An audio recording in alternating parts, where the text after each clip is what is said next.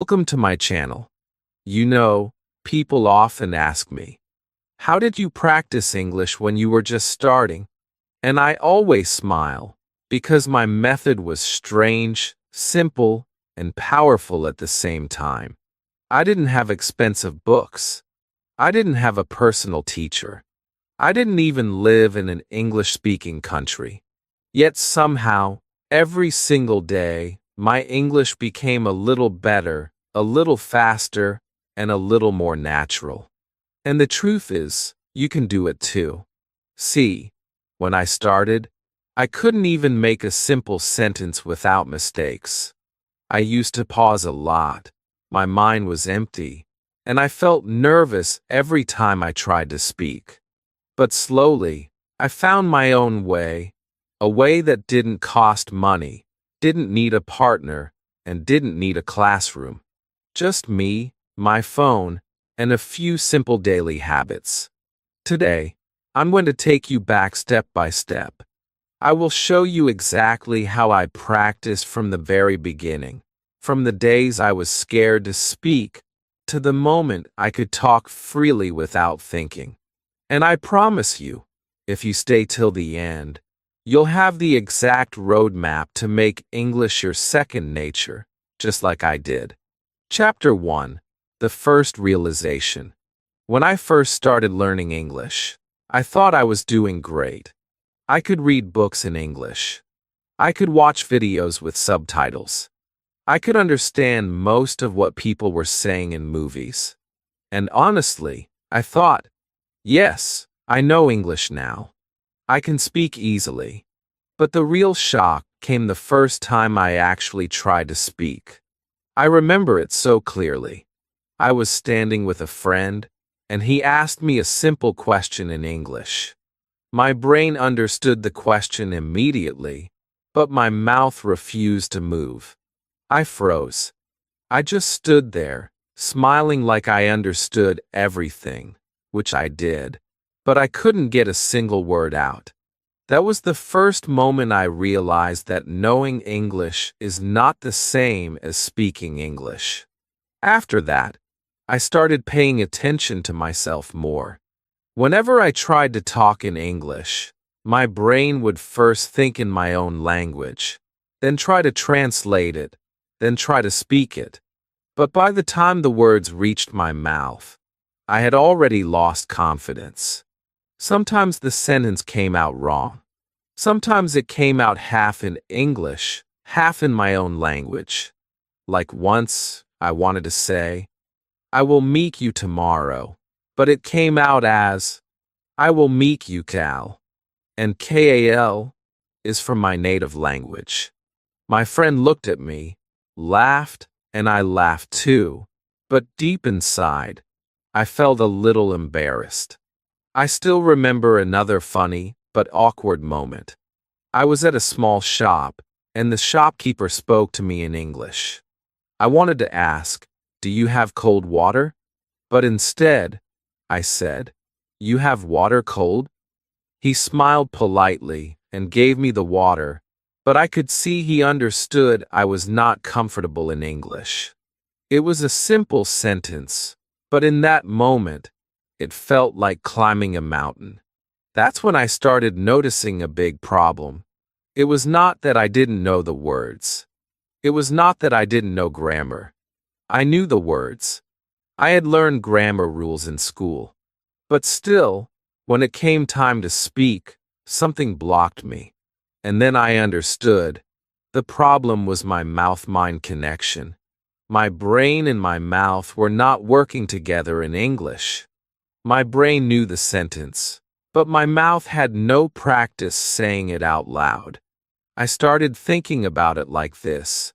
Imagine you know all the steps of riding a bicycle, but you have never actually sat on one. The first time you try, you will fall. Not because you don't know the theory, but because your body is not used to doing it. Speaking English is the same. Your mouth needs practice, just like your hands and legs need practice for cycling. After this realization, I stopped blaming myself for not knowing English. I knew English. I just hadn't used it enough with my mouth. And that gave me some hope. I thought, if the problem is practice, then I can fix it. But still, there was one more problem. Where would I practice? I didn't have English-speaking friends. My family didn't speak English at home. I didn't have the confidence to talk to strangers in English. And I didn't want to join a class because I was scared people would laugh at me if I made mistakes. For some days, I didn't do anything. I just kept thinking about it. But then something happened. I saw a small idea in a video, and that idea completely changed how I practiced English forever. It was so simple that I almost didn't believe it would work. But when I tried it, it felt like magic. My mouth started moving faster. My brain and my tongue started working together. And slowly, the fear of speaking started disappearing. I'm going to share that exact daily habit with you in the next chapter. Trust me, it doesn't need a partner, it doesn't need a classroom, and it doesn't need money. All it needs is you and a little bit of time every day. Once you hear it, you'll realize you can start practicing English right after this video ends. And that's exactly what I did. Chapter 2. Talking to myself. So here's the big secret I discovered. I started talking to myself in English. Yes, it sounds a little strange, but it worked better than anything else I had tried. At first, I thought, how will this help me? I'm just speaking to myself. There's no one to listen, no one to correct me. But then I realized that was the best part. Because there was no one to judge me, no one to laugh at me, and no one to stop me. I could make as many mistakes as I wanted, and I could keep going without feeling shy. I began with small sentences. If I was at home, I would say things like, I am making tea, or I will clean my room now, or this food smells good. At first, it felt a little funny, because my mouth was not used to speaking in English so much. But the more I spoke, the easier it became. I was training my brain and my tongue to work together. Soon, I started doing it everywhere. If I was walking on the street, I would look at things around me and describe them in English. That car is red. The road is busy today. The weather is hot. Sometimes I would tell myself small stories. I am going to the shop. I will buy some water. After that, I will walk home. It sounds simple, but this was powerful practice because I was thinking and speaking at the same time in English. Now, there was one little problem. When you talk to yourself outside, people look at you. And if they see you talking to yourself, they might think you are a little crazy. That happened to me in the beginning. I remember once I was walking near the market, speaking to myself in English, and a man looked at me with a confused face. I quickly stopped talking and pretended I was humming a song. I laughed about it later, but in that moment, I felt a little embarrassed. That's when I found my perfect solution: fake earphones. I didn't even have real earphones at that time, but I took an old pair, put them in my ears, and kept the wire in my pocket. Now, whenever I spoke to myself in English, people thought I was talking to someone on a call. Suddenly, no one stared at me strangely. In fact, some people even smiled, thinking I was a busy person having an important conversation. One time, I was walking and practicing, saying things like, "Yes, I agree with your idea, and that is a good plan," pretending I was in a business meeting. A stranger passed me and said, "Wow, your English is very good." I just smiled and said, "Thank you." But inside, I was laughing because I wasn't talking to anyone at all. I was just practicing. The best part about speaking to myself was that I could practice anytime, anywhere. I didn't have to wait for a friend. I didn't have to join a class. And I didn't have to feel shy in front of others. I was building my speaking muscles in private, so that later, when I did speak with real people, I would feel ready. This habit became my turning point. Before this, I was scared to speak English because I thought I would make mistakes and people would laugh. But after weeks of talking to myself, I started feeling more comfortable. My mouth was moving faster, my sentences were coming out more naturally, and my brain didn't have to translate every word anymore. I was slowly starting to think in English. If you think about it, it's like learning to swim. You don't just jump into the deep water in front of everyone. First, you practice alone in a small pool where no one is watching. You get used to moving, you get used to the water, and then you can swim in the big pool confidently. Talking to myself was my small pool. It gave me the safe space I needed to grow. And the truth is, anyone can do this. You don't need money. You don't need special tools. All you need is your voice, your thoughts, and a few minutes every day. Just start speaking out loud, even if it's about what you are doing right now. Over time, you'll be surprised how fast your confidence grows. In the next chapter, I'm going to tell you how I took this habit even further by changing not only how I spoke, but also how I thought. That step made my English faster, more natural, and more automatic than ever before. Chapter 3: Thinking in English. When I first started speaking English, I had one big problem that I didn't even notice at the beginning. I was translating every sentence in my head from my native language into English before speaking. It might sound okay, but here's the truth. This is the number one reason why we speak slowly, fumble, and sometimes forget what we wanted to say. Think about it. When you speak your own language, you don't translate anything. The words just come. But when I spoke English in the beginning, my brain would first make the sentence in my language, then try to find the English words for it, and then try to arrange those words in the right order. By the time my mouth was ready, the conversation had already moved on. It felt like I was always one step late.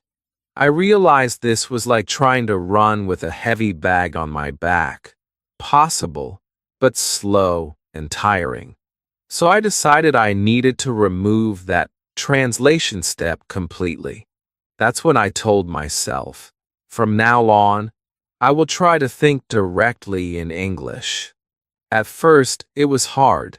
My brain didn't want to do it. I would start a thought in English, but without realizing, I would switch back to my native language in my head. But I didn't give up. I made a very simple rule for myself. Whenever I saw something, I would name it in English in my head. If I saw a chair, I would think chair. If I saw a boy running, I would think the boy is running. If I saw the sky, I would think the sky is blue. It sounds too simple, right? But the magic is, this was training my brain to connect objects, actions, and feelings directly to English words without going through my native language. Then I made it more fun. I started playing a little game with myself. I called it the 5-minute Describe Everything game. The rules were simple. For 5 minutes, I had to keep talking in English without stopping, describing everything I saw around me.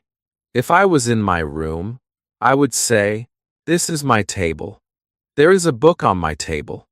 The book is open. My phone is next to the book. I can hear some noise outside. The window is open. The curtain is moving."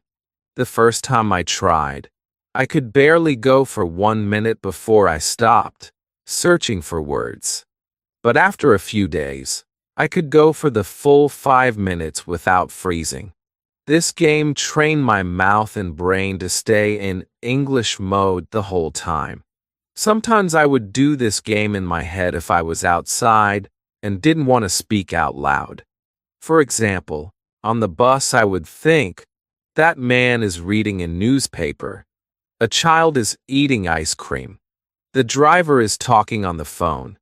Even when I was not speaking, I was practicing my thinking speed in English. The beautiful thing about this habit is that it doesn't take extra time from your day.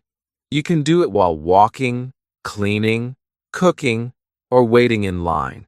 And because you're doing it every day, your brain slowly gets used to thinking in English without even realizing it. After a few weeks of this, I noticed a big change. When I wanted to say something, the English words came to me directly. I didn't have to translate in my head first. My sentences became faster, my speaking became smoother, and my confidence went up. And here's something important. You don't need perfect grammar for this exercise. The goal is not to speak like a textbook. The goal is to keep your brain in English mode as much as possible. The more you stay in that mode, the faster you improve. For me, this was another turning point. The first turning point was talking to myself out loud. The second was thinking in English all day, even when I wasn't speaking. When you combine these two, you start living in English, not just learning it. In the next chapter, I'm going to share the step that took my speaking to an even higher level, training my ears. Because the truth is, the way you listen to English changes the way you speak it. Once I started improving my listening skills, my speaking speed and pronunciation improved without me even trying. And I'll tell you exactly how I did it. Chapter 4, Feeding My Brain English All Day. When I look back, one of the biggest leaps in my speaking ability didn't happen while I was actually speaking. It happened while I was listening.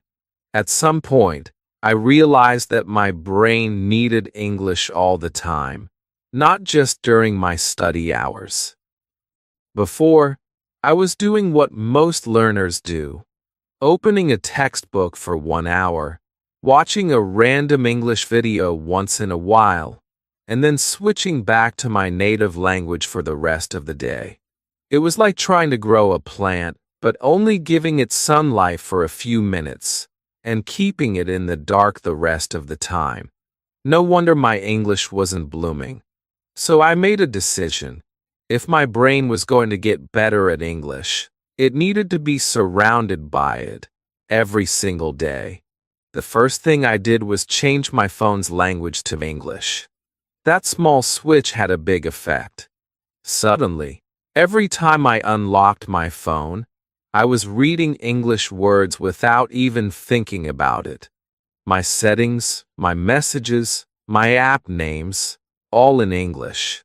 It felt strange at first, and yes, I did tap the wrong button a few times because I didn't recognize the word, but that was part of the learning. Next, I attacked my YouTube feed. I started subscribing only to English channels. Not just educational ones. I followed travel vloggers, tech reviewers, comedians, and even random people who posted about their daily lives. My logic was simple.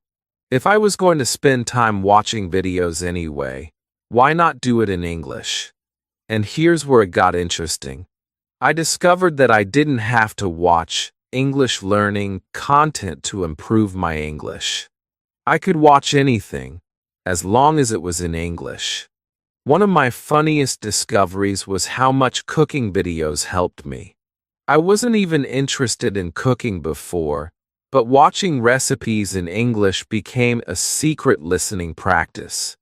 The host would say things like, "Chop the onions finely," or simmer for 10 minutes.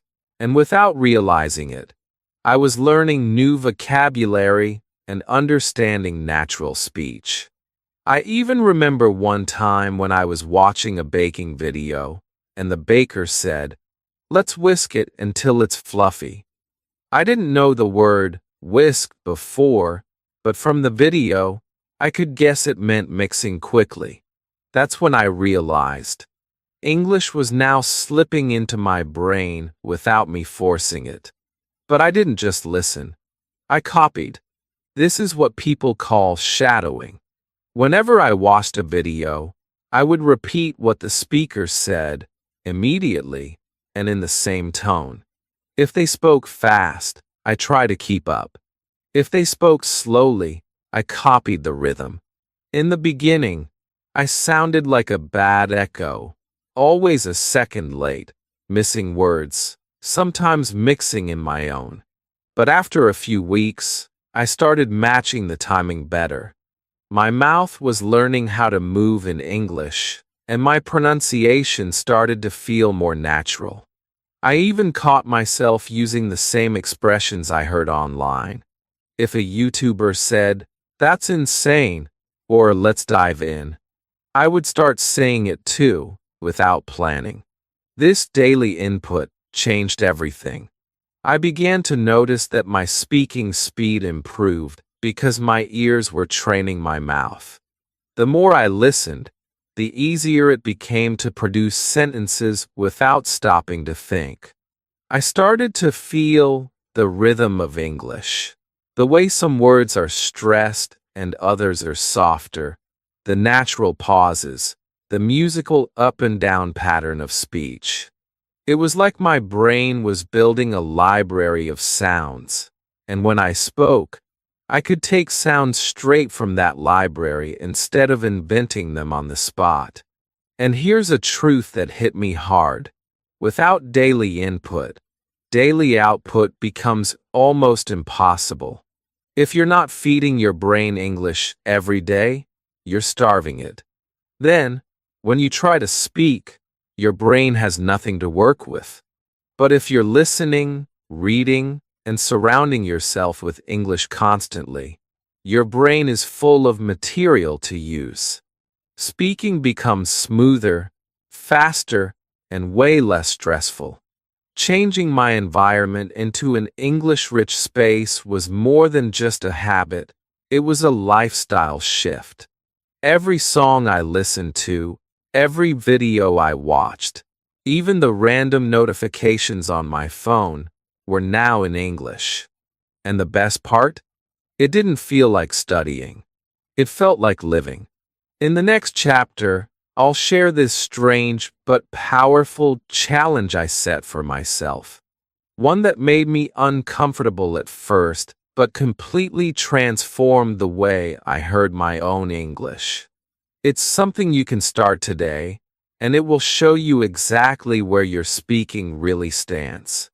And yes, it involves pressing a button that most learners are scared to touch, the record button. Chapter 5. Recording myself every day. When I first got the idea of recording myself speaking English every day, I thought, this will be easy. I just need to talk for 1 minute. How hard can that be? Well, I found out very quickly that it wasn't easy at all. The very first time I pressed the record button on my phone, I froze. My mind went completely blank. I was staring at the camera like it was some kind of alien staring back at me. My heart was beating fast, and I started thinking, why am I nervous? I'm just talking to my phone. But somehow, the moment that little red light appeared, I felt like the whole world was watching me. I mumbled a few words, stopped, laughed at myself, and ended the recording after only 20 seconds. But I didn't give up. I decided that every single day, I would make at least a 1-minute video of me speaking in English. No matter how bad it sounded, no matter how awkward I felt, I would just do it. The first week was full of funny and strange moments. In one recording, I tried to say, "Today is a sunny day," but I accidentally said, "Today is a funny day," and then I burst out laughing. In another video, I forgot the English word for refrigerator, so I said big cold food box instead. I kept these videos, even though they were embarrassing, because I knew they would be part of my journey. The real spike moment came when I sat down one evening and rewatched my first week of recordings. I noticed so many mistakes I didn't realize I was making when I was speaking. Sometimes I was using the wrong tense, sometimes I was pronouncing words incorrectly, and sometimes I was speaking too fast, and my sentences didn't make sense. Watching myself from the outside was like holding up a mirror to my English skills. It showed me exactly what I needed to fix. I remember thinking, wow, I didn't even notice I was saying it like that. That moment changed the way I practiced because now I could actually see my progress. Every day, I kept recording. Some days I spoke about what I did that morning. Some days I described an object in my room. Other days I pretended I was giving a speech in front of an audience. The topics didn't matter. What mattered was that I was speaking. Over time, I began to feel less nervous.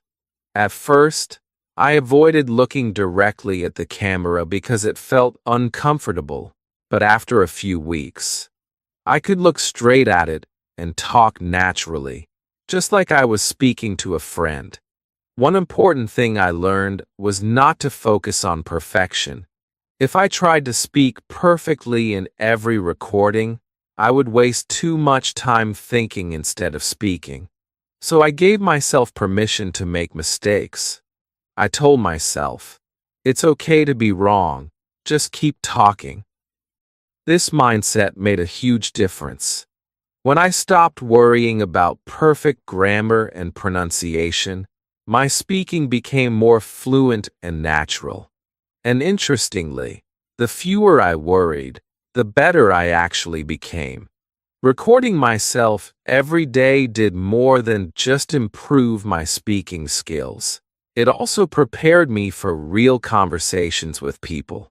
The camera became my training partner.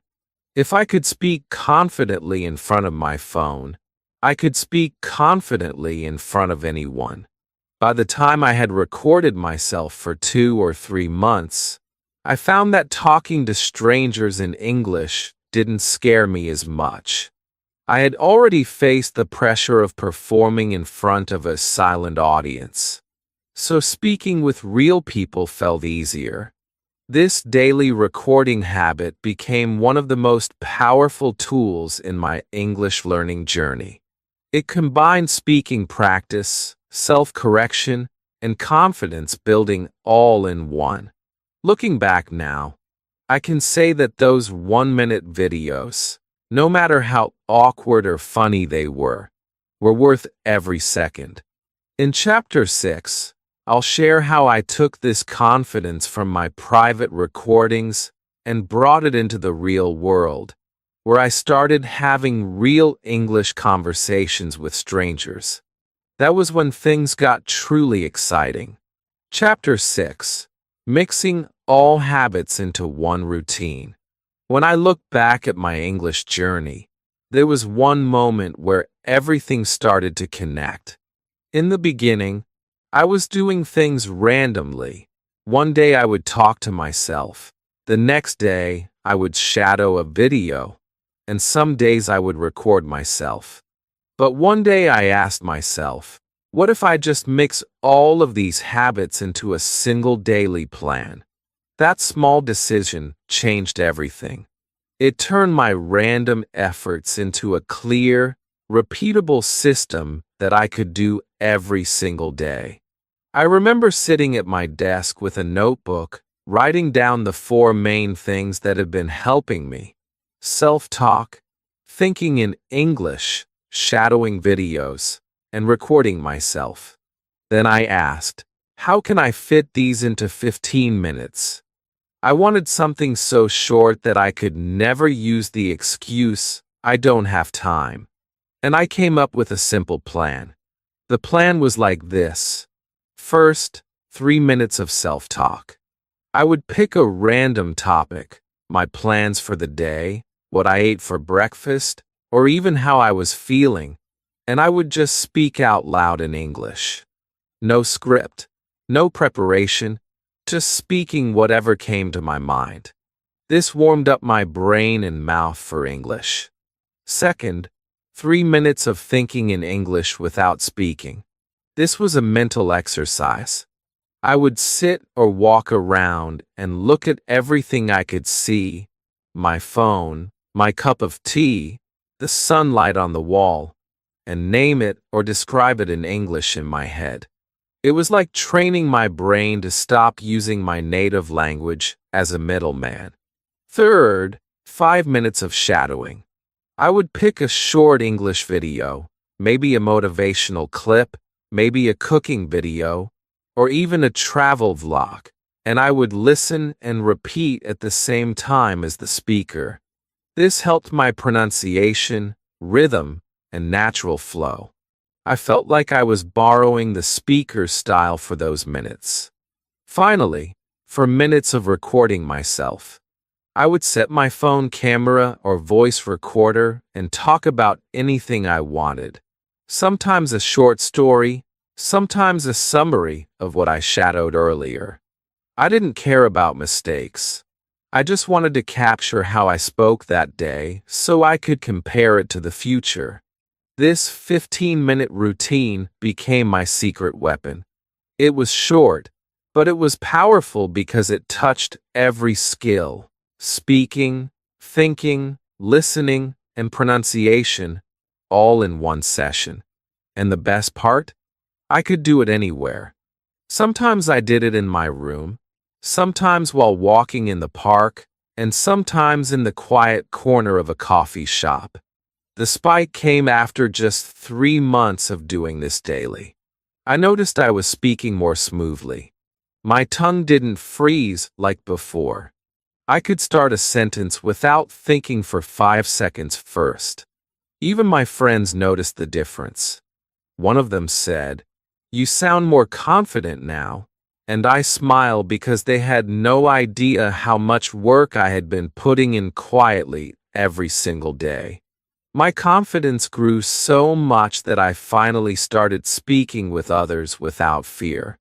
I joined small English conversation meetups. I talked to strangers while traveling, and I even answered questions in English at work. It wasn't that I had become perfect. I still made mistakes, but now those mistakes didn't stop me. I had practiced so much alone that speaking to real people felt like a natural next step. The most important thing I learned from this routine is simple. You don't need perfect conditions to improve your English. You don't need to live in an English-speaking country. You don't need expensive courses, and you don't need hours every day.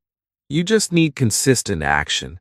A small daily habit, done without excuses, can change your life faster than you imagine.